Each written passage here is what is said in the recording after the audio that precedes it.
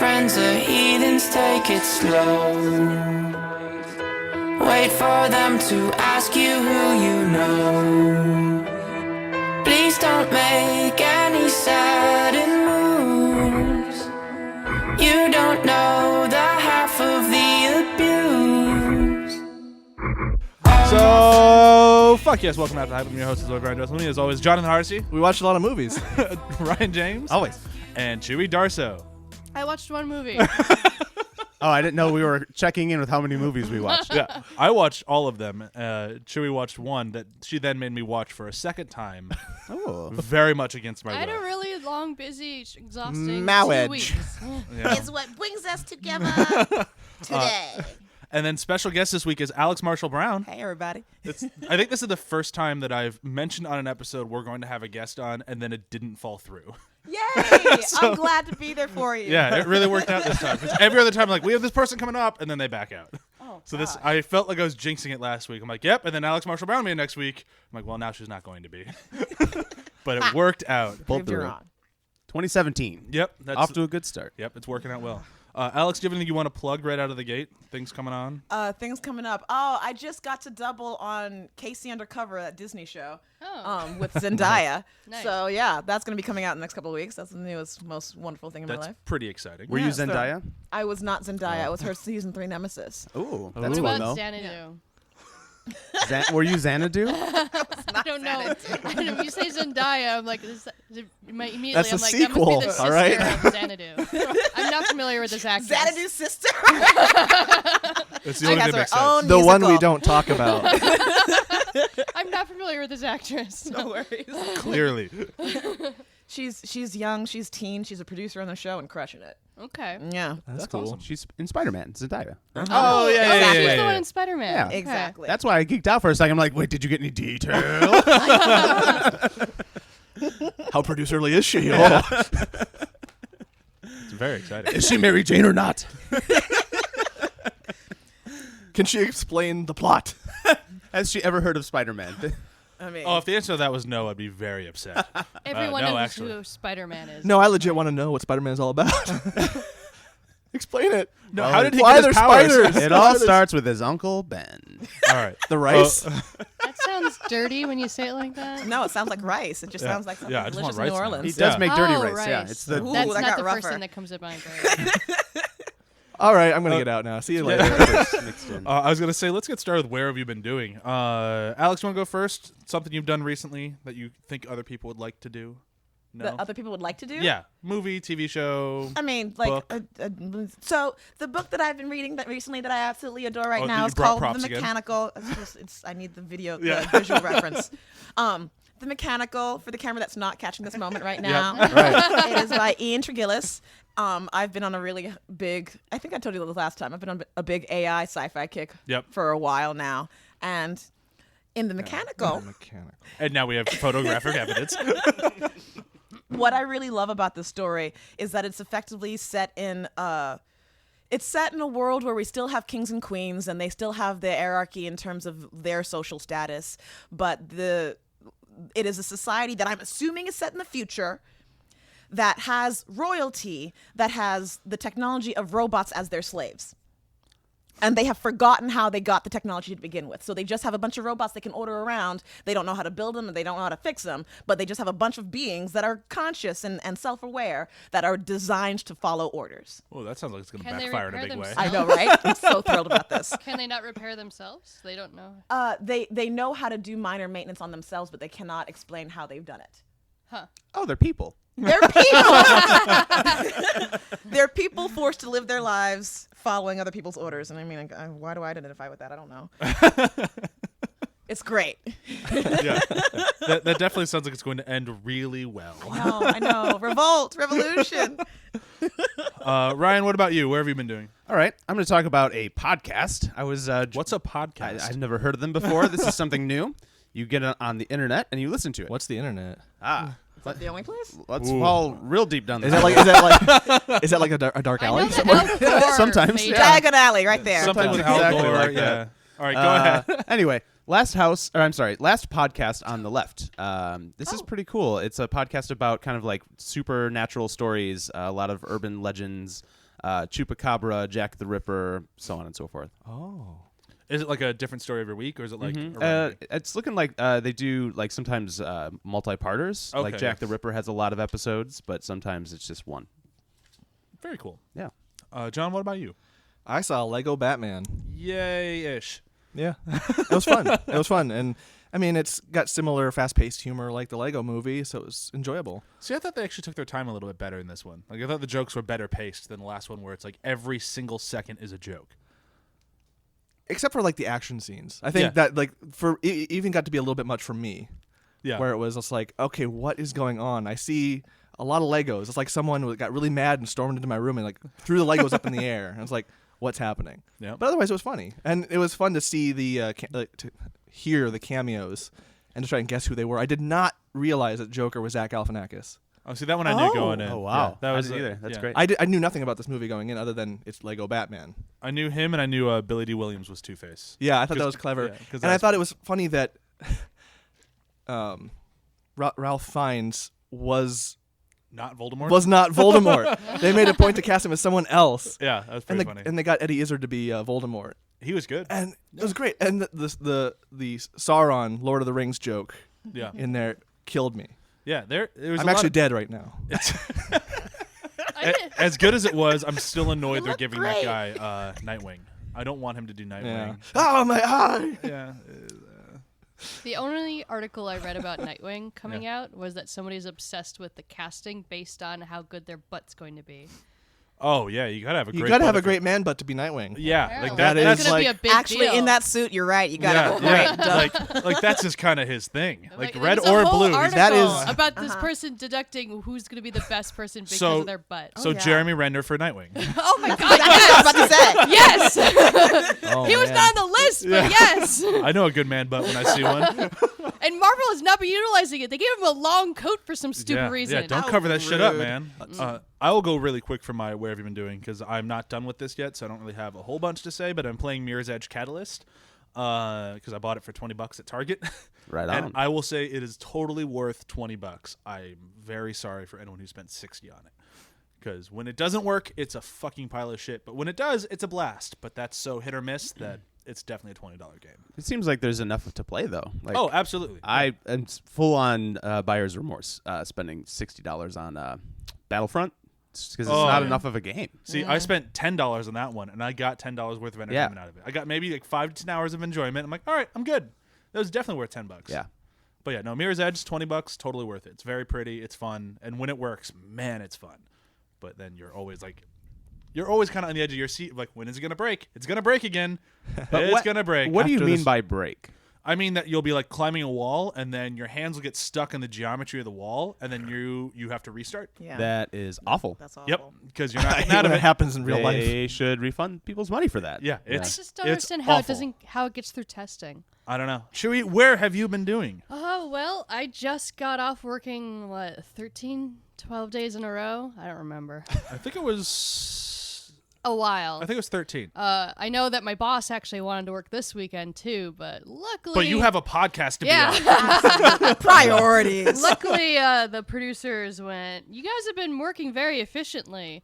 You don't get to work the weekends anymore." And I was just like, "Yay!" don't to. want we to. have this opportunity I have for a you. life. You don't get to work the weekends anymore. Congratulations. There was some people that were upset because they wanted the money, and honestly, I mean, I want money, but I Value also your lives more. if I don't have a Yeah. life, what's the point of the money? It's the only thing that I've been trying to catch up on my CW shows. So I watched a couple episodes of Arrow the other night. Just talk about that one. Not to interrupt, but you had something interesting to say about the Yeah, most that's why recent I'm episode. I'm just gonna talk about the one. So the last one I watched, I'm not even sure if it's the latest one. Pretty much had to do the whole episode ended up being about gun control.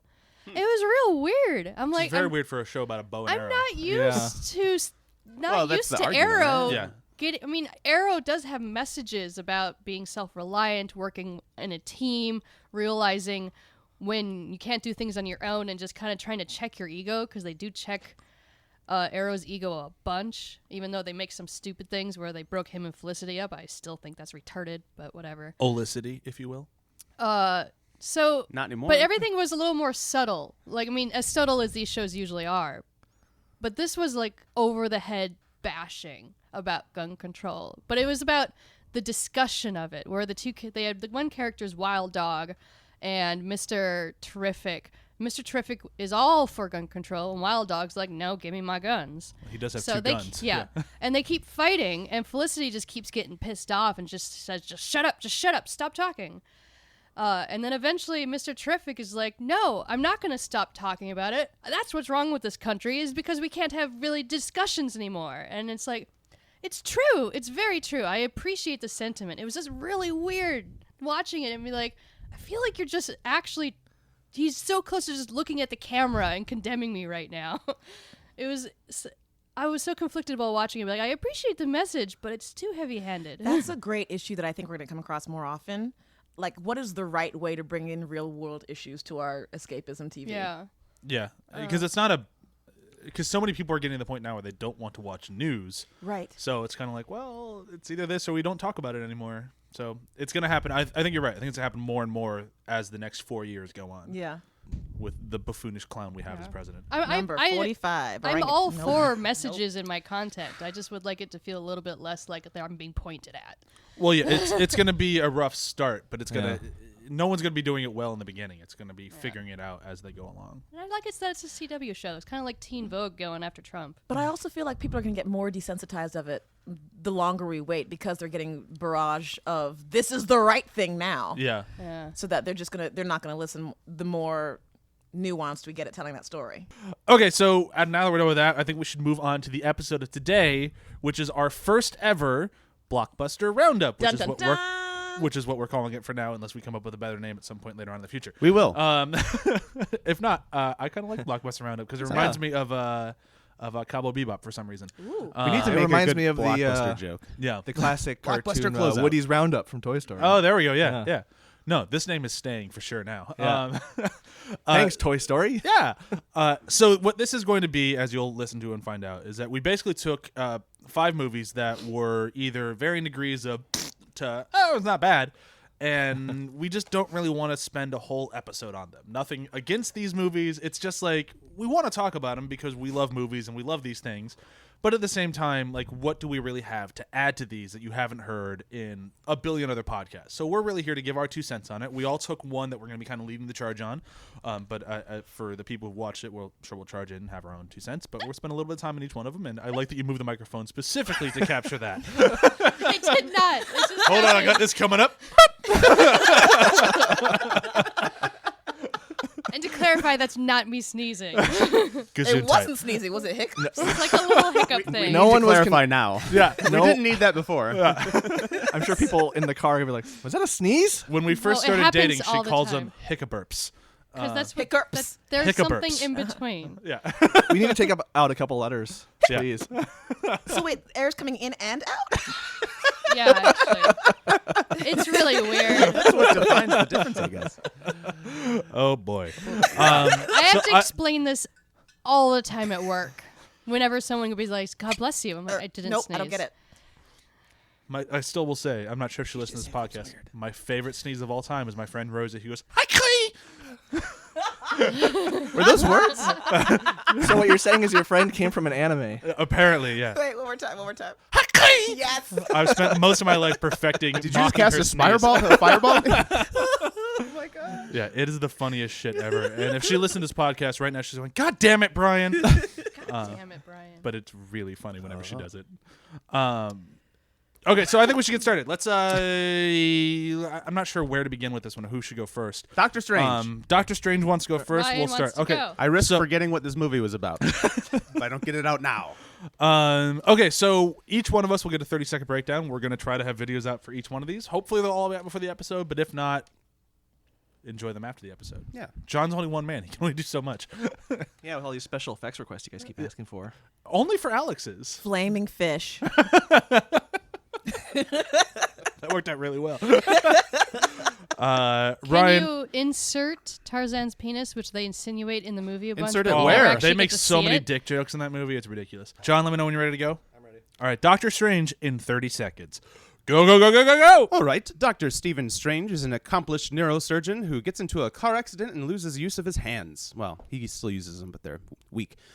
He spends all of his money looking for a cure to get his ability to perform surgery back and can't find one. Then he learns about somebody who made this miraculous recovery and goes looking for El Commandu or some name that I forget. Where he learns about the Ancient One, and she shows him the power of the mystical arts. And he goes on this learning journey where he has to conquer Caecilius. You're out of time. What? What? I You will- didn't crush that at all. I will call that That was a good insult. I will call that a blatant fail. I got and- halfway through, just like every time I do a breakdown. I was on a great track. The funny thing is that you do a very good job doing a synopsis of the film. You just can't do it in 30 seconds. That's right. So, take that. Alex, you get your one shot that you can do better than just saying that was horrible. Try harder next time. Talk faster. I mean, you have 30 seconds to go ahead and convey everything about this movie. And if you can't step up to that, then I don't know what to tell you. That was a great pep talk. Let me try again. I mean, to be fair, every time she's been on, she succeeded. So Oh, God, this is going to be a rough day. I know I'm really trying to hype it up so that I you just will, fail. so you fail horribly. So my when you crash find and it burn going. has fish all around yes, me. exactly. Oh, I see what you meant by firefish. Yeah. Now okay, it's coming together. so I'm gonna set a So- timer for 10-ish Yeah. minutes. All right. If we get done before that, so Is be that it. his 10-minute synopsis? yeah, No, 10 no, minutes now we synopsis. just Now we talk get to try about- again. we get It's to the talk real about it. losers bracket. So Ryan, what did you Talk about second chances. what did you like about the movie? What I liked about the movie was the part that I didn't get to in my breakdown, the second act. I mean, it was great visual effects. I loved actually seeing Benedict Cumberbatch embody the role of Doctor Strange. He's like really cocky, and that carries out through his surgery and through his mystical arts training, which is perfect. And they've like peppered some good humor in there, and I think they kind of treated it the same way they did Thor, where he's not like overly humorous. He lets kind of his seriousness play the humor. Yeah, but I mean, by the end of the movie, he's definitely playing up the humor route. Like even Sure. when he meets up with Thor at the end of it, And so is Thor by the end of those movies. yeah, that's true. But in the sense that like they're not Robert Downey Jr., they're not intentionally like hamming it up. yeah, but the question is, do we need another cocky, smart-ass hero in the MCU? It's a great question. And I Pretty hope big bag. Because the thing is, like, Doctor Strange feels like the perfect one to be the straight man. Like, Right. we could finally have a really An decent intelligent straight straight man. man. Yeah, and then they go, nope, another quippy, sarcastic asshole. Yeah, I hope they tone that down, and I think it's part of the Doctor Strange character that he kind of gets humbled as he learns, but Yeah. so far, not really. Well, now you just ruined everything I liked about the movie. Back to the visual nothing- effects were really good. Absolutely. The villain fucking fell flat again. And Oh, especially do when you you get think Mads it's Mikkelsen. Like, Yeah. he's so good. And then, Yeah. And let me just finish up what I really liked about Right. it. The climax was great. We see Dormammu in some mocap. That's actually Benedict Cumberbatch, which was awesome. Fun That was bit of really trivia. cool. Yeah. It's like supposed to be a reflection of himself because this demon doesn't have a physical form, so he's seeing like some twisted version of himself. And That's great. it was a really clever use of time, and he like lives in this dimension where time doesn't exist, and Doctor Strange has figured out how to manipulate time. So he sticks this demon in a never-ending loop where he's just killing Doctor Strange over and over and over again, but Doctor Strange keeps coming back, and he's like, Spoilers. yeah, absolutely, that's what this show's about. Sorry if you didn't have time to watch it. And he finds the one thing that this demon was actually weak to, which is being trapped by time. So all that was really cool. And then at the end, we have this Eye of Agamotto, which I didn't really mention. This is that artifact that he uses to manipulate time. And his friend Wong tells him it's actually an Infinity Stone. Yeah. So for so long, we've been like, where are the Infinity Stones? And I thought it was going to keep being this like game of where are they? And we know the eye is, but we don't have to talk about it, just like we know what's in Vision's head is. Yeah. But we're not talking about it. Well, they kind of talk about it in Civil War. They do finally, yeah. Yeah. So I didn't expect that to come up so quickly in this movie, but otherwise it just like fell victim to the classic Marvel problems of we didn't need an origin story of Doctor Strange. They've been dropping at his all, name yeah. in the Marvel Cinematic Universe for 5 years Yeah, since, minimum. since Winter Soldier. Have they? Yep. I Yeah. didn't catch on. Yeah, Yeah. Winter Soldier I think is the first time they drop it, but yeah. That just like the doctor's name? No, or it's Stephen Strange. They Yeah. they Stephen Strange. check Oh. him. Like by we've name. been monitoring superhero or potential superheroes for years, Right. including people like Blop Blop Blop, Stephen Strange. Right. I mean, we've Huh. been referencing him a lot, but I think having an origin story was useful because, I mean, I was aware of it, but they went into, I mean, clearly I'm not tracking it as much as I ought to, but like they went into more detail than I anticipated and that I remembered. Yeah. And so having the reminder was nice. Oh, I don't need that. I really liked the way a couple movies did it. The Incredible Hulk with Ed Norton did a That was great Oh. origin. That's probably in the best intro. way they've handled it. You so want it far. more concise. I do. And There it is. my other favorite way was Deadpool, where they scatter it throughout the Yeah. action. We see Deadpool fighting supervillains, then we do flashbacks Yeah. to see his origin. It's kind of what they tried to do in Man of Steel, but didn't quite Yeah. pull off as well. I liked where their head was at, but it was much better handled in Deadpool. The other one that I think did a pretty good job was actually Thor.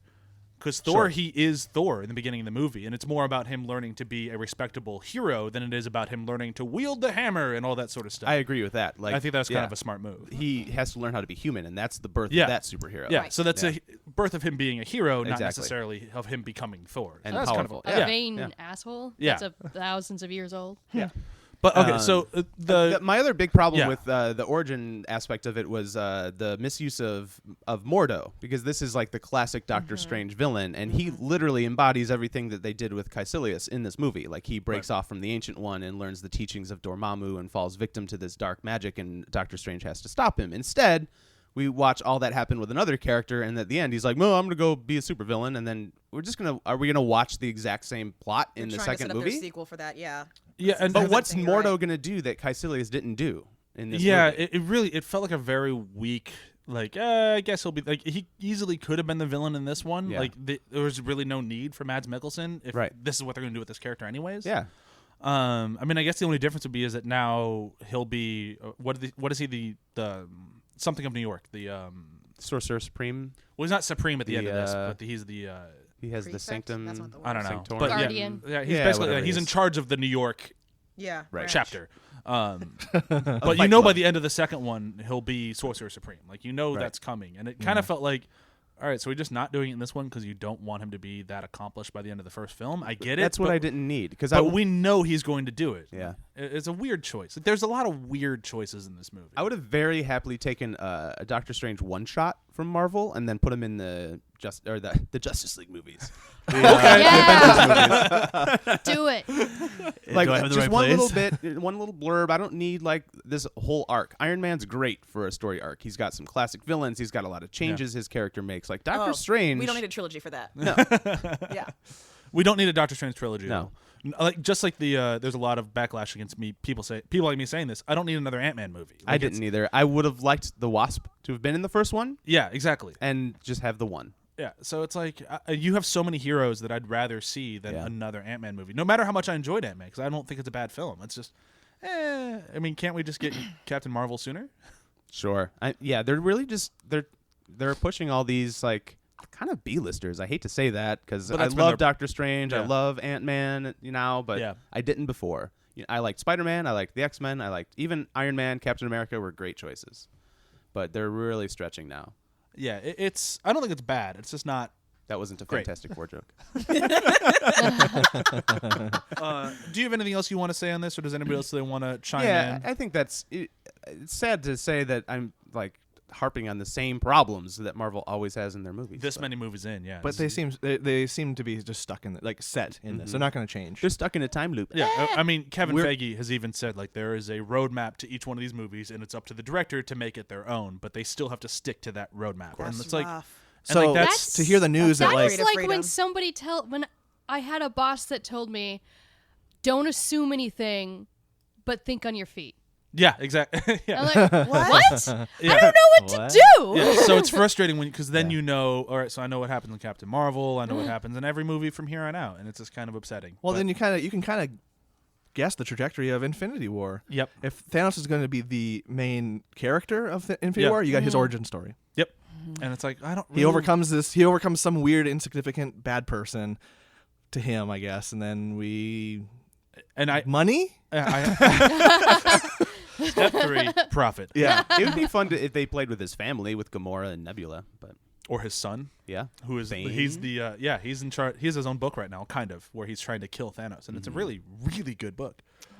Kids just If don't they- have any respect for their parents. There was a great Infinity, the whole crossover series that tied the Inhumans to Thanos and his son, like all tied together. Yeah. If they wrap that up into this Infinity Wars movie, it could be fun. Yeah, it could be a lot of fun. That's not about Doctor Strange. What else did everyone think about Yeah, it? I mean, But at love this Dr. point- Strange. It was Well, great. that's I like the costume design. I feel like at this Costume point, really design's good in his costume outfit. design is Marvel's like pinnacle right now. I love every costume they put on screen. I disagree with that, but I think when they hit it out of the park, they really hit it out of the park. But people like Black Widow, Hawkeye, they're really lazy. Just I don't know, leather suit. Just put something They on. don't have costumes. That's I Yeah. do wish they Count did that, more but- with Hawkeye specifically, but I mean, Because that's he does have a in suit. It's purple and general. it's awesome. And they tried to give him that in Age of Ultron, and it didn't. Yeah, it it didn't fell work short. out. Yeah. But before we finish this, I think the major thing I want to bring up is that the fact that we spin out of control every time we talk about this speaks larger to the problem with Marvel's movies, is that they just do not have the staying power that they think they do. Yeah, I And think it's they're getting too worse. reactionary in comics and movies. Yep, absolutely.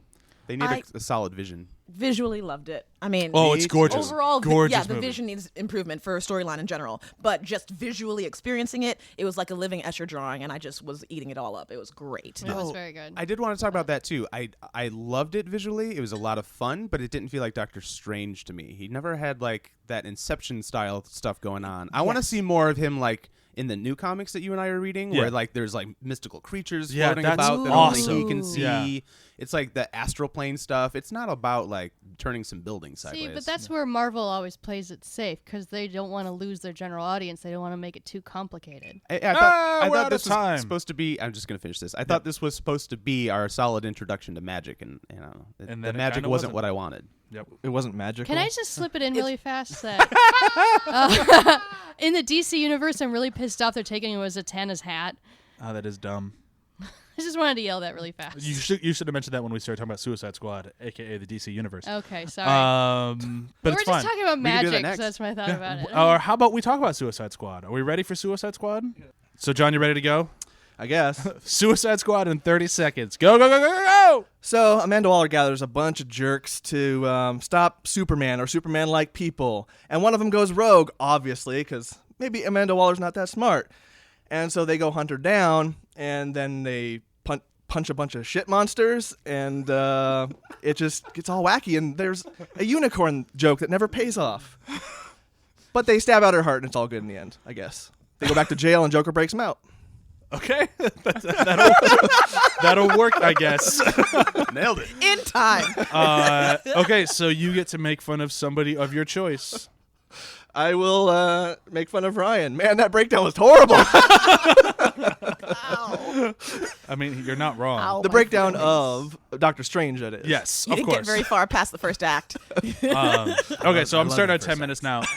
Okay, so John, I'm going to ask you the same question I ask everybody else as we go around the table. What did you like about the movie? First, the facetious answer. I liked the end credits. Youch. That's But solid choice. But Okay. to a deeper thing, I actually like the color palette that they provided in that. Like Okay. the splashy, bright neon colors. Yeah. I like that. The text that bounces on the screen. That little like when Will Smith is introduced for Yeah, the yeah. second time, I think. His like list of accomplishments kind of shoot down, but like kind of do this like animation. And Yeah. I eat that up. I like that sort of thing, that visual style. John Wick even did stuff like that with their their subtitles. their subtitles, Yeah. which I like when those things are done in interesting ways. Man. But and then another thing I liked were just little snippets of ideas that would have fit in better movies. Oh yeah. It's not even better movies. It's just this could have been such a better Could have movie. been incredible. There were so many glimpses of a great movie in here. Because I actually liked the conversation between Amanda Waller and Bruce Wayne at the very end. Yep. And I was just like, I want to see that intrigue. I want Martin Scorsese's like Suicide Squad where people are just backstabbing each other left and right. Old school Scorsese where it's mean. Yeah. I want. Well, that's not really Suicide Squad, though. No, but like where like there's these people who are playing this game with each other. Like Bruce Wayne thinks he is above the law. Yeah. And she wants to take down people. Like there's things at play there that are more interesting than what I watched. Well, hopefully we'll get that in the Batman movie. Yeah, hopefully. I doubt it. The problem right now that I see with this one particularly is like I read a lot of Suicide Squad during the New 52 days, and they were terrible. Like, it was one of the worst books they have. It was boring. It was awful. They try to introduce the daughter of the Joker and Harley Quinn as both, like, fighting for the Joker's attention. It was awful. And it was upsettingly awful. And this movie feels like a perfect representation of those books. And it's like, what? I mean, I get it. They nailed it. And it's like, but why? And the thing that bothered me probably the most is just the way they handled the introductions. At 50 minutes, I timed it. It was at 47 minutes and about 20 seconds, Katana shows up. 47 minutes into the thing, and they give her a sentence. And I'm like, okay, the Souls and the Sword thing, that's a big effing deal. Yeah. That's a huge thing. The honest trailers was so good. Yeah. And just the way that we get 3 introductions to Will Smith's character. We get 2 to Harley Quinn. No, 3 or 2 or 3. I lost count. Yeah. Because they introduce a few people before the stinger and then have to reintroduce them again. And then at the end of the movie, he's like, we got, now that her heart's out, we got to stab it. And it's like, you told me that in the beginning of the movie. Yeah, many times. Yeah. There's just so many, like... I mean, as an editor, I get offended by things like this. In the way that I love the graphical, like, flourishes in style, I then equally become super offended when it's just like, we don't need this scene. This scene is established earlier, and this is taking forever for a movie that's fast-paced and quippy and energetic. It's like, it was sluggish. But the thing is, I watched this movie, and I don't know who to blame. Yeah. And, like, because I think David Ayer had a really clear vision for what he wanted this movie to be. And I think it's there. I just don't, like, it feels like, all right, so I want this movie to be kind of serious but kind of funny at the same time. Like, serious with an edge of comedy. And then the trailers came out, and they're like, well, people really like how funny the trailers are, so you need to reshoot the movie to make it that. I blame the fans and the studio for being afraid of the fans and wanting to be like Marvel. Because, I mean, I can tell you, they were on the Paramount lot for weeks. Like, the reshoots were no small feat. Like, it was a ton. The entire, the first time they shoot the Pooh Monsters in that street, they shot that outside my office. Like, that entire sequence was added in. So, like, they changed so much of this movie to try to make it what they thought the fans wanted, that they made a movie for nobody. Like, DC is quivering in their knees right now. They're like, we need to make money, guys. The fans really like this other shit. That's not what we were trying to do. They're weirdly apprehensive when they have perhaps the best characters in comic books out of any company. They do. They have the DC better characters. Has better and they fleshed own out all characters. of them. And they own them all. Like, it's not like they have the problem with Marvel where it's like, who owns Spider-Man right now? It's like, they have them all, and they're just fucking it up. Yeah. And just even characters like, I'm not as versed in Suicide Squad, and so then to see characters who I don't know anything about have introductions so late in the movie, I'm like, I already stopped caring about you. Yeah. You just kind of chilled in the background for most of the movie, and suddenly your fire powers are cool. You turn into Diablo's a fire Atronach from Skyrim. Like, I honestly thought that was like the best part of the movie for me. I got thought excited, that was great. but like, I was also like, I just wish there had been more of you. Like, Yeah. as a character, you I just cared more about his I mean, character. if this movie had just been Deadshot, Harley Quinn, and Diablo, Yeah. it would have been a better movie. yeah. Ooh, yeah. Cro- Make they it a- do make it a road nothing trip with Croc. make it I a road hate- trip with Yeah. 3 baddies, you know? Nice. Croc looked cool, but they did nothing with him, and I hate His the makeup line. was so See, good. I just hate I the moment liked he it. I goes, didn't I like want BET. I'm like, Like, what? Yeah. my That favorite just sounded strange. My favorite interpretation of Killer Croc is in Batman Arkham Asylum. Yeah. That was scary as shit. Well, I that pooed game my is- pants. That game is the best Yeah. interpretation Actually of have Batman him eat ever. some- Oh, somebody. yeah, absolutely. And then you've just got this weird makeup-y guy. I mean, when I saw him in person, his makeup is impressive. He 'cause just it's stood, not ar- enhanced. stood movie. around Like, and looked like a thug. Like, they didn't have him do anything. and he's just, Yeah. he seems like such a punk. underwater and- part. Here's my part. yeah, and like, and it's weird because he's a great actor. Like, that guy Yeah. who plays him is fantastic. He was in Oz. He was amazing. He's horrifying. And they give him nothing. Be horrifying. Yeah, nothing. And they covered up his moneymaker and told him to act in a corner. Right? Yeah, it's just like, this you don't- movie you is don't- all about 1 step forward, 3 steps back. You Like, don't put every Killer s- Croc in the corner. You just don't. Oh, I love Dirty Dancing. Boom, See our, checklist. see our chick flick episode. I He's love got that to movie. dance, guys. Man. Lift. Now, And by lift, we mean eat people. to Oh, be yeah. to be fair, I feel like a dancing number with all of them at the very end would have It would have fit this it would fucking it would movie. it would itself. have it would have flipped it completely around. I would have been like, I can appreciate some of the faults in this for Yeah. that dance number, but They didn't even try to win me over. Yeah. and then just jokes that don't pay off, like the unicorn thing, where he's like, oh, he likes unicorns. It's like, he puts it in his pocket and then you never see it again.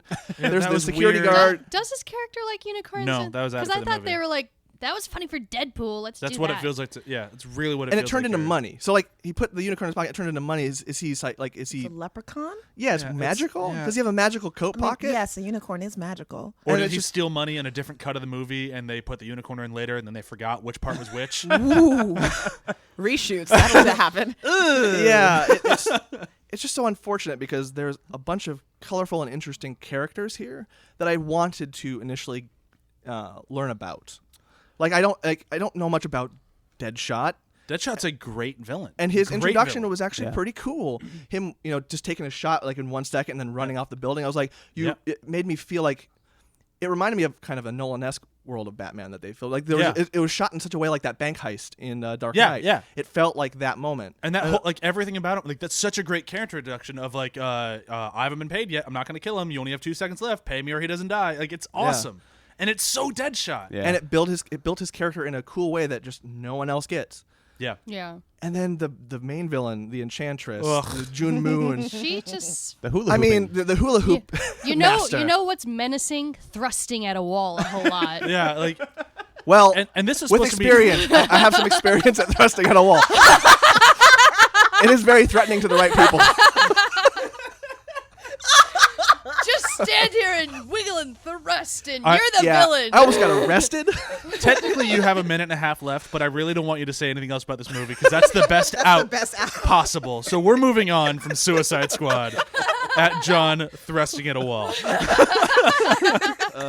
And then we wonder why we don't have any listeners. Okay, so we're gonna move on to the Legend of Tarzan. I'm not kidding at all. We are so moving on. That's the best ending possible. Talk about thrusting. Yeah. Chewie, you ready to go? Sure. The Legend of Tarzan in 30 seconds. Go, go, go, go, go, go. Okay, in The Legend of Tarzan, we are introduced to some very attractive people. But at the very beginning, we find out that King Leopold needs money and he wants to defeat the Congo and, enslave all of the black people. And that's pretty accurate. But so then so in order to do that, you need to bring in Tarzan for diamonds. And they run around a lot, look really attractive, and Margot Robbie just doesn't fit in this movie very well. And that's it. Okay. I mean, I will say it was horrible, but you did get the whole movie in there. So you get to make fun of somebody of your choice. You don't have to keep twirling that if you don't want to. I'm still on camera. She's vibing. Fair enough. Okay, who do you want to make fun of? Ryan, Everyone makes fun of Ryan. because he's wearing that Cubs your hat, chance. which just reminds me about Trump winning because the Cubs winning just brought the apocalypse to us. Oh, yeah. Oh, Oh, what? yeah. Wait, what? Have you not heard this theory? Cubs winning brought Yep. the apocalypse? Yep, it did. The Yeah. the No. Cubs winning brought along the apocalypse. It was just it It's was like their the fault. little the one nice thing that happens in Act 2 before the climax and the end of America. Yeah, that's it. That. That was what the Cubs winning was. Okay, so we have 10 minutes to talk about Tarzan. The little reprieve before 2017. Presenting the inevitable end. Yeah. Okay, so what did you like about this movie? I love how it was shot. Like I was watching it, going, this cinematographer is better than this movie. Like I'll agree with that. And without that's why he's doing him- Guardians of the Galaxy too. yeah, without him, this movie would not have been really worth watching. Even with him, I agree with you. I wish I'd seen it in theaters so I could have seen the pretty things even better. But plot-wise, it just doesn't make much sense. Nope. So for a longer breakdown, where I'm not trying to be cool while I'm saying it, Twirling a rosary. yes, King Leopold is trying to take over the Congo and wants to do a better job of it, so he needs money. And so then he wants the diamonds out of the mountains, which are being protected by this mysterious tribe who's just super mysterious, and they're really mad at Tarzan because he killed the tribe leader's son, and I'm forgetting the guy's name right now. I'm trying to look it up because I'm D. Huson. The Sphinx? DH because I can never remember his name. Yeah. I know his last name. Who the moment he came on screen, because I didn't look up the cast before I watched this movie, I just get mad every time I see him because I'm so mad he only plays side characters. I Yeah. love that actor. He's great. He He's should have been the- fantastic. He needs to be the lead in something, and he needs to be like the equal of Idris Elba in my mind. Yeah, nothing against Jason Statham, but I really wish he'd been the main villain in Fast and Furious 7. because he's great. He is. I great. wish he had been a better long character that didn't die in Guardians of the Galaxy. I was just like, it's so frustrating. Whenever he pops up, he's great. But so he wants to kill Tarzan. So then he said, "I will give you my diamonds if you bring me Jimon Hansu? Tarzan." Yes, that's it. There Boom, we are. got there. I always feel like I'm going to say it wrong. That's okay. Thank you. It's Jimon like Djibouti. Djibouti. Now I'm just going to want to call him that. Maybe he has a good booty, so we're Jimon. okay. He does. So you meet him in person and you're like, Jimon. hey, Djibouti Hunsu. He's like, what? And you're like, I'm going to leave talk you. about you, boy. So- Come on over. So Christoph I'll be your Waltz, Suicide Squad. Christoph Waltz is the main villain, really, because he's the one that needs to get these diamonds. So then he comes up with a reason to get Tarzan to come back. / this movie is about Tarzan 20 years after he left the jungle.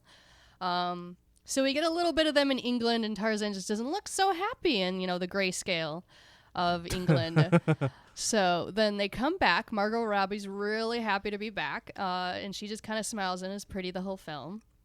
She does nothing. this Girl whole- does. She does Nothing a this whole terrible job playing a period woman. Yeah. They really try. Shut up. She didn't say woman on her period.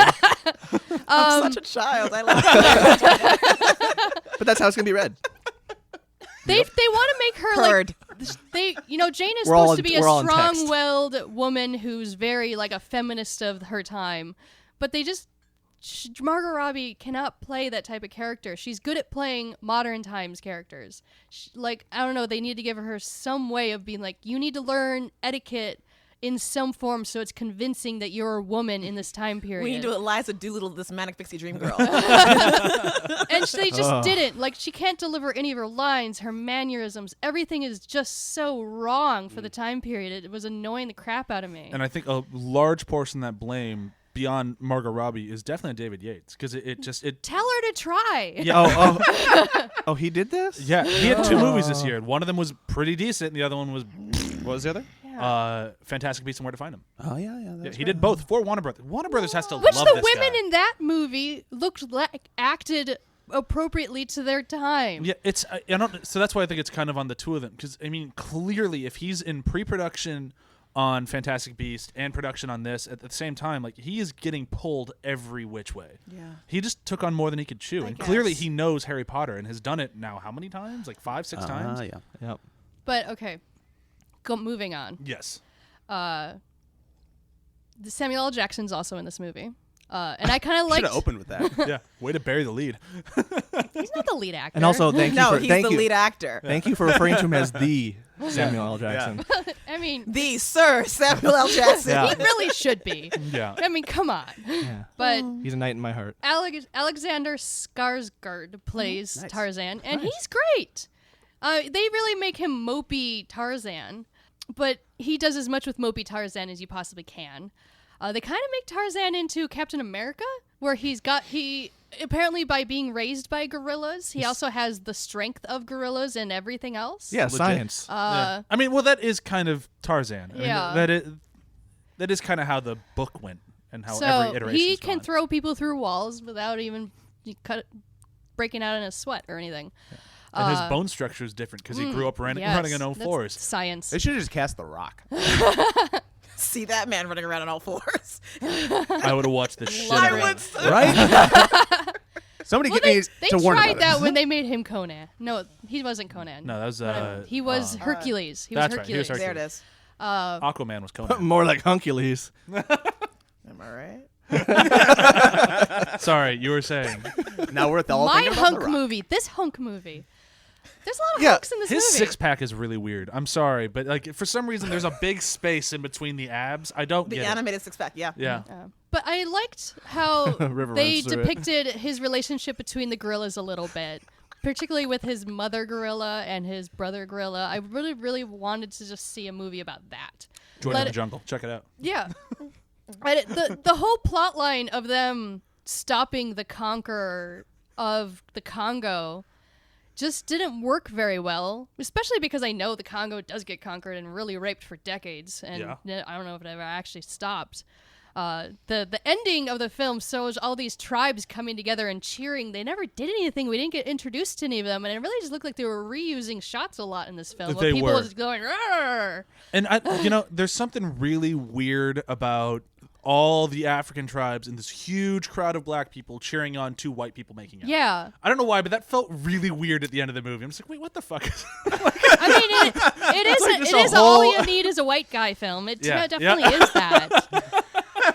Really should I give this did movie. not want to watch this film at all. I absolutely avoided it. I don't need to see another movie with a white man saving the world and like accepting him for his barbaric traditions, and yet the rest of the world has to conform to your Christian beliefs. I don't have the time or energy Yeah. for it. Is that how Trump happens? I think this movie's to blame. So honestly, you just turn on Don't this give it that much movie credit. without sound. Don't really watch it, but then come back to it and watch how pretty it is. Well, why don't you and just it's make great. why don't you just make an animated GIF of Skarsgård without a shirt, and there's the. But it's not just that. Like I couldn't handle some of the imagery.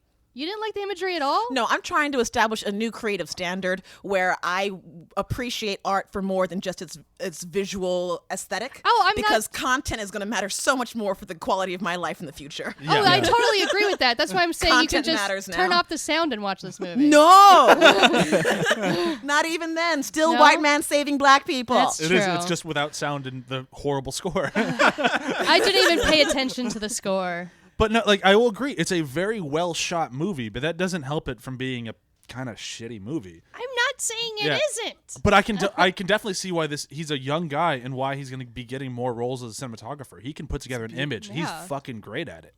But as much as He he did is, close-ups with sweaty people way better than they did in Les Mis. ugh, that movie sucked too.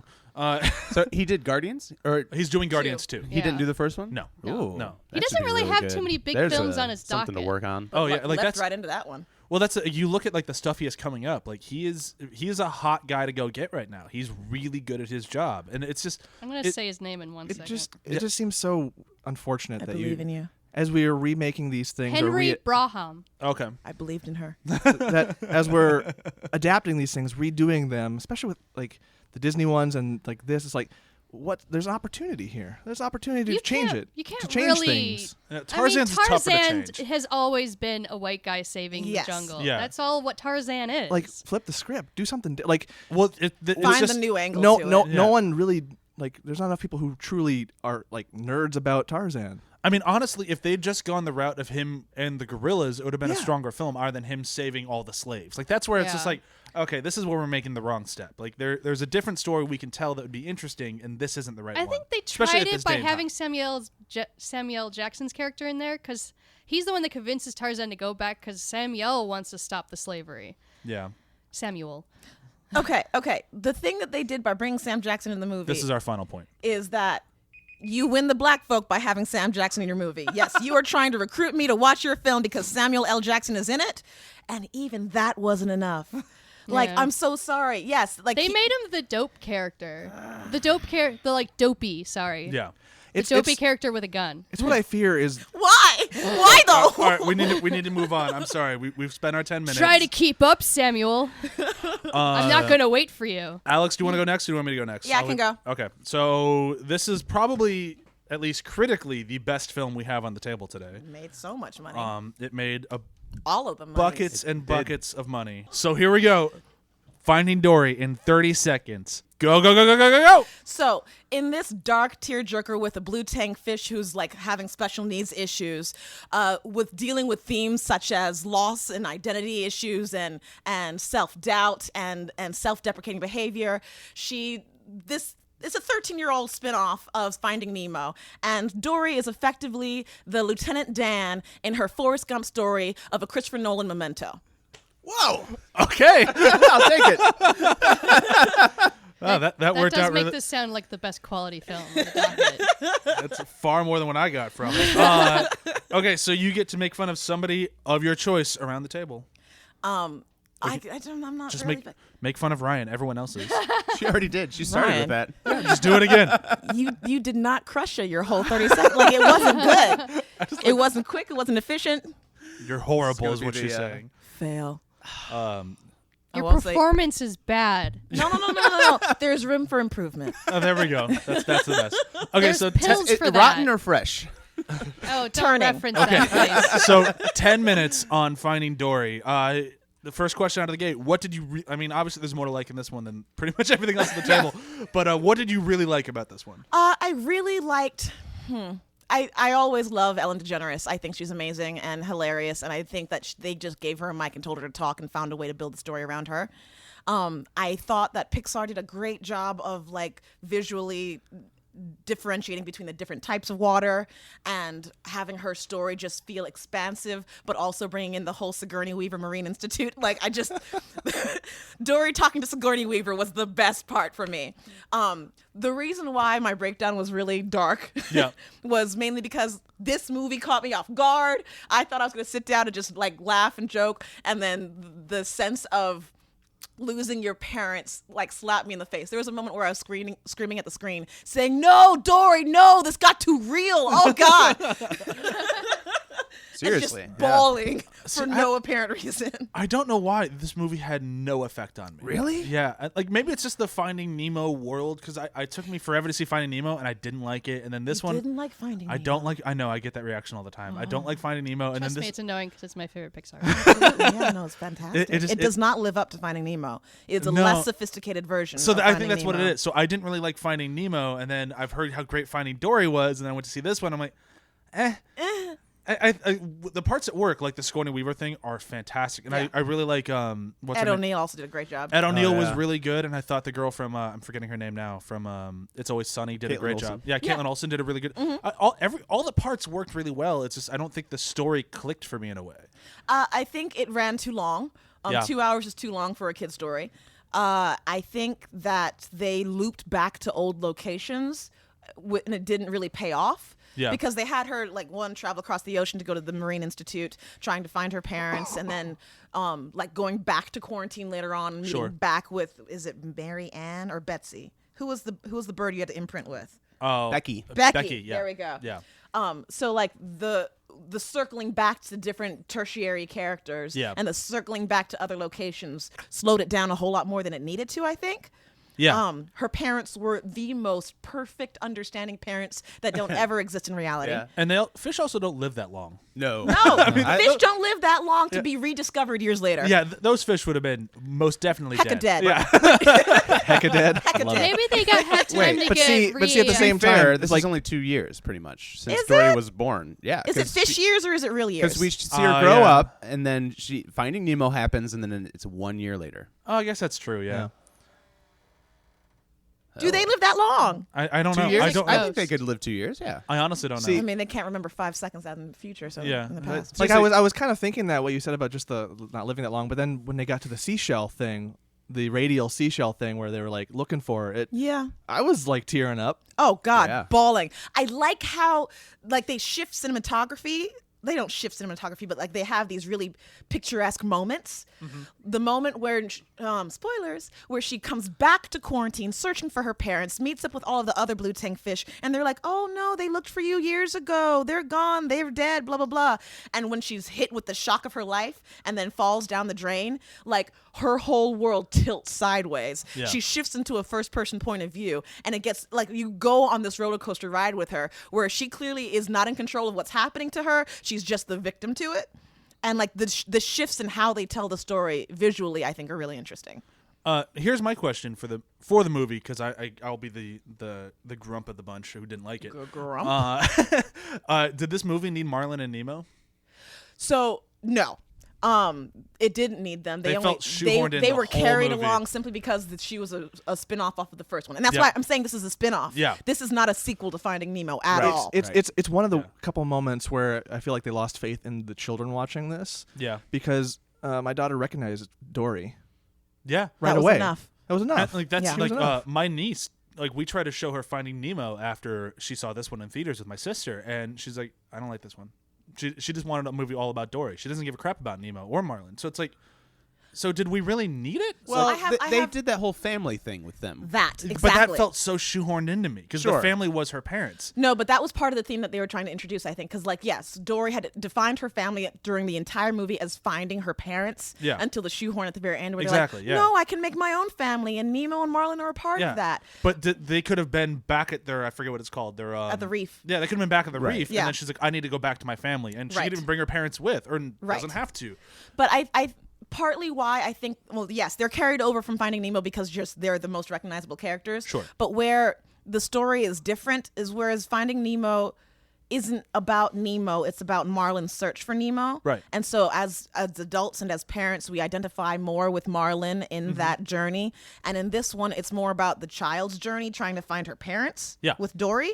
And so Marlin and Nemo don't really matter in that equation. Right. They're superfluous.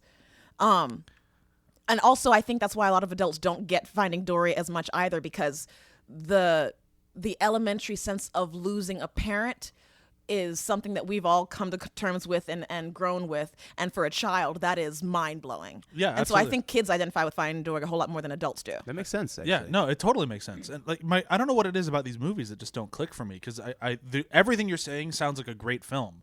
But when I watch it and like the sum of the parts, just for some reason, like the jokes just don't really land for me. I'm with you on that one. I do want to bring up one quick thing about the length. What you said earlier, Yeah. a good litmus test, and I feel like Pixar hasn't been doing this. Is like take their kids to see these, because these things are a half hour too long. movie. Yeah. And I have a direct line of like noticing when the movie loses them. It's the And fidget. it's the end, the fidget at the end, Yeah. or like suddenly she's like 3 steps down playing with somebody else. You know? Yeah. It's But- like that's Sorry. every Disney movie that I've seen It's too long. has been too long, and they keep getting longer, and it seems weird that kids don't have attention spans that long. And the funny thing is, if you were to get rid of Marlin and Nemo and leave them at the reef the whole time, then you have an hour and a It half would have movie. been a tight movie. And Yeah. people would have, I mean, people still loved it. It still made over $1 billion. Right. It was very well received. But I think like, Riding off of Finding Nemo's coattails. that's what I think. So yeah, because I don't, and it's weird. Fins. Yeah, of course. But yeah, I think if this one had just been a Dory movie and it didn't really bother the other two and been an hour and a half long, they might have made more money. Because if you don't have to spend 2 hours taking your kids to this movie, it's only an hour and a half. There might have been more rewatch that it might have done better. And then you're just having faith, like what you said, where your daughter actually recognizes Dory and is excited to see Dory. And I really enjoyed the character design of young Dory. She was adorable. She was absolutely like her eyes. Yeah. She was just a fish with eyes. It was perfect. So freaking cute. And like I think I remember. Oh, I don't remember who was saying this that was working on production. So shame on me. But there was a point where the rest of the crew did not know and understand that Dory had been searching the ocean for the duration of her entire life, looking for her parents and continually forgetting over and over to find them. Right. So that when the story started, they still thought, oh, Ellen DeGeneres, it's a comedy. Let's go ahead and play that up. So it feels like two different movies to me. At the front absolutely. end, it's all funny. It's all jokes. It's all her being her Dory self. And the second half just robs you of your happiness. Yep. Yeah.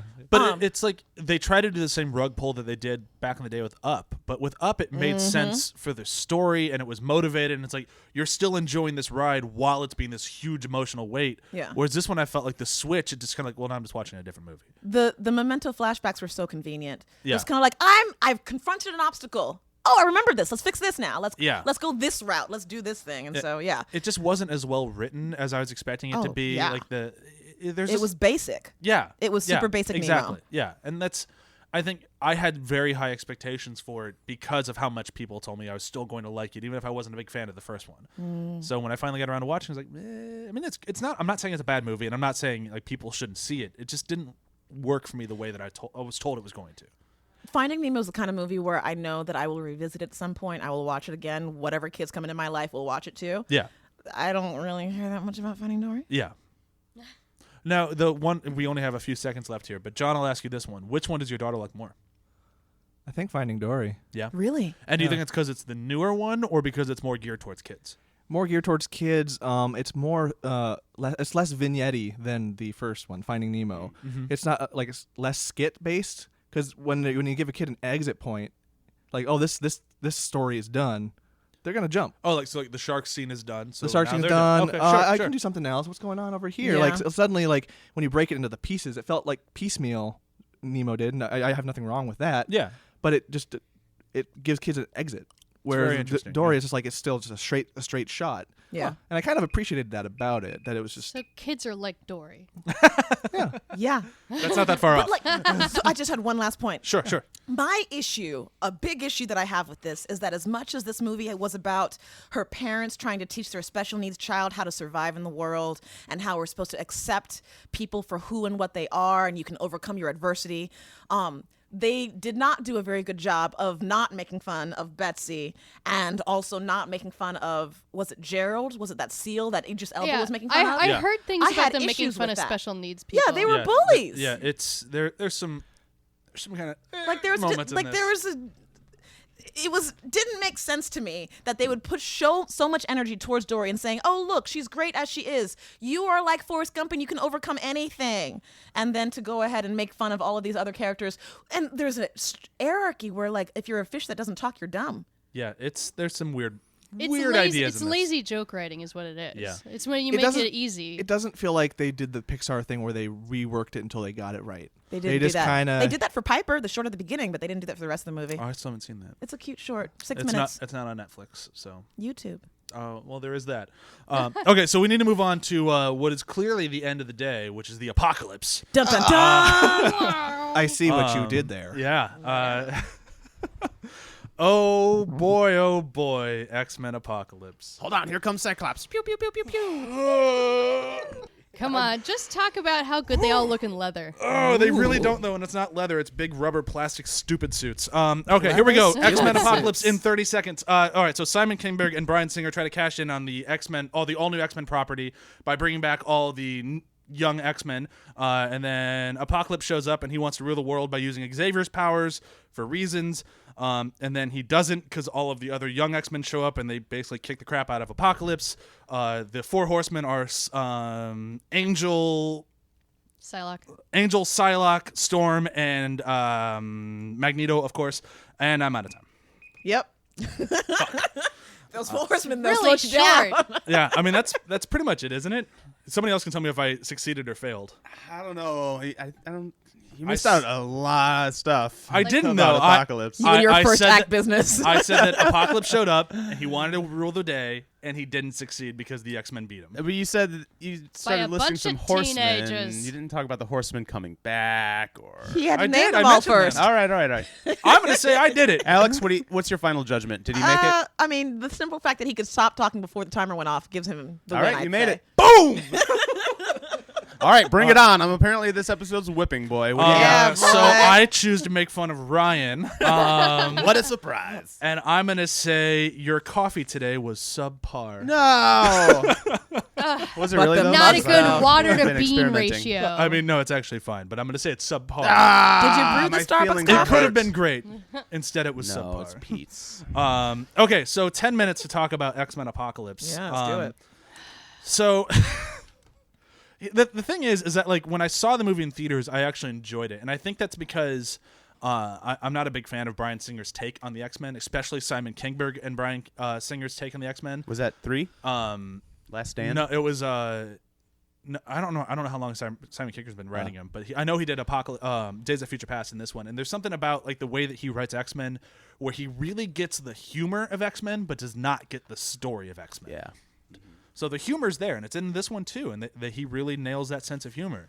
But I came into this with kind of low expectations, and then I was like, well, you know what? It was still kind of Apocalypse, and I think Sophie Turner is a really interesting choice for Jean Grey, and I think she did what she could with this, but they didn't really give her a lot. And I really like all the young X-Men, and it could be because I'm a fan of the all-new X-Men, and I kind of like what they're doing there, where they realize what's working and they're using that. But there is. On the rewatch here, it's just like I can kind of see way more what everyone was complaining about, where it's just like Apocalypse is like the end-all be-all villain of the X-Men. He's like, not Apocalypse in this movie. No, he's Right. not. And They it's were aggressively mediocre with every choice they with made in this. everything about it. And it's like, Aggressively mediocre is like Yeah. America. yeah. But there's some like Angel, when Angel becomes Archangel, he is horrifying. And he gets so into that Archangel that it fucks him up for the rest of X-Men. Like that character is ruined for the rest of time because of his time as a horseman. Right. And this one, he's just a bitchy asshole who has wings and then they turn into metal wings. And it's like, there's so many stories they could have used that they just ignore. And it's like, and it offends me to my X-Men fan core. like Well, if they would have been able to do it if they made 2 movies out of it. yeah. Get into the psychology of Apocalypse. There wasn't enough story there to do That's it. what I there, mean. there That's is what I mean. though. If There's they so made- much story. But like with what they were telling, They had to, Yeah, this- yeah, they had exactly, to strip yeah. out all the story to fit it into one movie. Yeah, this one is like the first time where I really feel like they needed to leave their bottle episode movie making and make it over two things. Like the fact that Exmocalypse Apocalypse dies at the end of the movie or is destroyed at the end of the movie. Because of course. Yeah, but it doesn't make sense. Like he is the end all be all villain. He should have gotten out of this. And at the end of this, all four horsemen should have still been horsemen, and it would have been a better made movie. If it ended with a minor victory of just like, well, we didn't die, I would have enjoyed it more. Or they could have killed Mystique, and I would have been like, oh, great. So we don't have to worry about her fucking putzing around these movies anymore. The whole that she's supposed to be like the big symbol of heroism for mutants is so lame. Oh, I rolled my eyes so hard they fell out. Yeah. You inspired me. I'm doing this because of you. Well, stop. You know, I think at Storm's house, you see that like that poster with Mystique on there, and it was like, what? And the thing is, like, you go back to First Class, and I go, Jennifer Lawrence is actually a pretty good choice for Mystique. Like she tried really hard. She brought some new things to the character. It was kind of interesting. And then between you believed her emotions. Exactly, in that movie. yeah. And then between First Class and Days of Future Past, Jennifer Lawrence blew the fuck up. And suddenly she doesn't want to waste time putting on blue makeup and saying these corny lines and talking to these people, and it just really reeks. And she could put her foot down and demand a higher quality of her character and then make it all better. She could, and they kind of did in Future Past, but this one, nope. And she didn't help them at all. It's like they didn't really give her a lot, and she did not meet them halfway. And it was just every scene she was in was just like, oh, okay. Like, I mean, no offense to her, she seems like a lovely person, but she did not try in this movie. You could have replaced her with like a lamp or a sofa, and she would have done the same exact thing in the movie. It could have been blue. Yeah, and it's like, and there's so many weird things about her that like, it's. Wait a minute. This is like a love seat suddenly transforms into a bird. But like, I'm watching it and I'm going, there's some really cool ideas in here, but at the same time, it still looks like they borrowed costumes out of Batman and Robin. Yeah, and they didn't take them. care of their star power at all. Yeah, and it's like, because you have these people who are great, and like James McAvoy, who clearly loves X-Men, and they give nothing to him the whole time. But he tried his damnedest. He did, again. And Fassbender tried his damnedest, and they gave him nothing. They gave him something at the beginning. They did, and that scene was great. And then it was something that gone. we've like, but every hero goes through the same exact sequence. Where like I can't have a family, but I'm gonna try to have a family. I'm gonna lose my family, and I'm just so mad. And the thing is, at that point, I respect Jennifer Lawrence, because if they're not gonna give her character anything to do, she's gonna give him the middle finger and not do anything with it. Absolutely. Yeah. So I can get annoyed as an X-Men fan because I'm like, what the fuck is this? But at the same time, as a human being, no, absolutely, fuck off. You're not gonna be anything to do. I'm not gonna do anything with it. But it's just. I can bitch for days about how much I hate in this movie, but as I asked everyone else, I'll talk about what I liked in this movie. Yeah. The major thing that I like about this is the same thing that I've liked since the beginning of First Class, and it's Xavier's and Magneto's relationship. Yeah. And I wish they had done just a little bit more with it in this one, but that scene where he gets into Magneto's head to try to tell him, don't take this path, it's the best part of the movie. It's a great sequence of like, I can feel your pain, because he's in his head, and he still tells him like, that's not good enough. No, you can't. I'm definitely doing this. And it's this wonderful sequence, and it's this thing that shows that Bryan Singer and Simon Kinberg get X-Men, and they get it, but they just can't stretch it over a whole movie. And I'm so glad that Bryan Singer's stepping down. Like, it's like, go do something else. And I don't mean anything against him or really anyone in the movie. It's just clearly a lot of the people, they're done with it. They just don't realize they're tired of making these. Yeah. They wouldn't be tired of making them if they actually cared about the quality and the story behind it. Yeah, right? They actually delved into the psychology of each character. They don't delve in, like, Storm is even weaker than she was when Halle Berry was playing her. Like, they gave her nothing to... She didn't feel like Storm is a strong-willed woman. There's a reason why she takes over the X-Men. Like, she's great. Like, she does nothing in this movie, essentially. She's not as superpowered as she should be. When I saw that... Psylocke is a deep character who goes through does a shit nothing in this. Yeah. Really? She's just pretty. Yeah. And that's the problem with most of these superhero movies. Yeah, and like, I don't know enough. Psylocke has died like 4 times in the comics, and she's gone through multiple transformations. She's been cloned. She loses her eyeballs. All sorts of things happen to Psylocke. She's a deep fucking character. I did lose my eyeballs too from rolling them so hard. But here's the other thing. And she gets nothing in this movie. I was really excited to actually see Psylocke in a film beyond, she has purple in her hair. She gets a laser arm penis. What? Wait, where did she put it? I'm moving on. That's actually her superpower. Hold on. Okay. So the other thing in this movie that I think they just fumble as horrible as possible is the death of Havoc. Like Havoc. Why did you do that? Like I get killing off Havoc because he wasn't in the other movies, and I think that's the only reason they did it. Is because by the time we have the other series, Cyclops is on his own. He doesn't have a brother. So we got to kill Havoc. Is that the first time that they've done continuity accurately? I in their believe movies? so.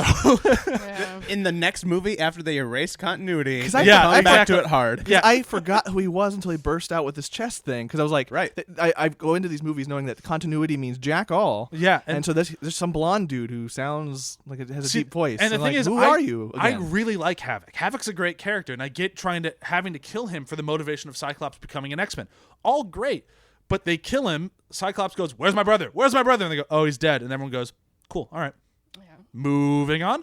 And it's like, what the fuck was that? Good for you. It's like like, moving if- on so we can shoehorn in Wolverine. yeah, so we can shoehorn in still Wolverine, and, And we they can. they You're not shoehorn doing it in right. Jubilee, except Jubilee doesn't do anything again. She doesn't even use her powers. Like, You're there's like, what the hell? there's But so she's so jubilant, though.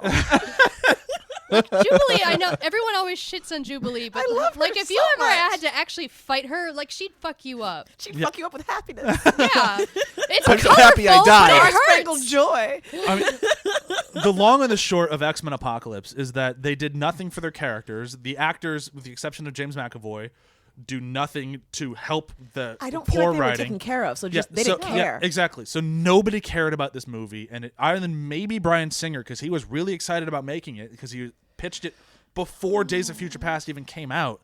So like there's just so many things mismanaged in this movie that nobody cared about it in the right way, and it just comes across in the big and it's really upsetting to watch. It's so because of that. upsetting for me because I watch all the CW shows, and then we watched the big team up episodes this past year where they had all of them together fighting these aliens, where we Arrow, Supergirl, Flash, all these side characters, all of them together fighting, and you actually had all them working together in a big, like, huge world, I guess, of a fight. Yeah. But you felt Melee! a melee. Thank you. I couldn't find the word. And then they try it with these movies, and they lose it. Yeah, they Lose track of themselves. Why are they doing it so well in the CW, and then in these movies it always falls flat? That's an excellent question. where that they have we more don't time have to build time story. to answer today. Okay, so that's I'm worried about Infinity Wars. That's You X-Men should be. Apocalypse. Yeah. We are moving on to the end of the episode, which is plugs.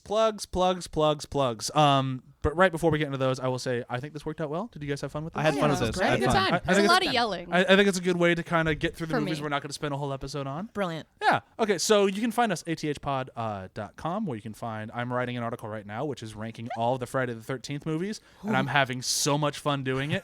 And I realize any other Friday the 13th fan is going to look at my list and go, "You're fucking wrong," and I'm really excited about Brian, that. we're exciting part. used to You know that. what? If you think Brian is wrong, go comment about how wrong Yes, he is. please do. You can follow us on Twitter, ATH_podcast. You can follow us everywhere else online, ATH Podcast. Alex, what about you? You can find me on Instagram, Alex Marshall Brown, or Alexicon. And you can find me on Twitter at A Marshall Brown, and online at my website at www.alexmarshallbrown.com. Alex Marshall Brown. I still think you should do like medical, I like absolutely voiceover should. things. It'd work out well for you. That's the future of your career. And last but not least, make sure you watch Superstore, which is still on NBC. Oh yeah, hi. That's you? Well, yeah. Sweet. It's really great. We're wrapping it up right now, which is why you have work- time to be on here today. Well, I've seen no, it's- people on Twitter being like, "Oh man, the Superstore Our show is our- great," and I wanted yeah. to CC you on it. It's getting better like every week. I really So like it. if you were watching Superstore and you fall asleep with your TV on, you will eventually wake up to Last Call with Carson daily at 1:30 in the morning. That I'm working on. And I'm legally not allowed to mention the show I work on. So Alex, Can I retroactively do some plugs from before? sure, absolutely. Yay! So January was a good month for me. Had episode of Modern Family come out, as well as Colony, This Is Us, and To Tell the Truth. So between game shows and single cams, I've been crushing it. Oh, you were by Nice, me sweet. for a moment. The Colony is on 27. And USA? No, Colony? the stages. Oh, of yeah, Colony. yeah, yeah. All right, so thank you very much for everyone for listening. And as I said last week, this is going to be my goodbye from now on because I really like it. We know there's a million movie podcasts out there, so we thank you for listening to this one. Bye. Come on back. And now they're outside ready to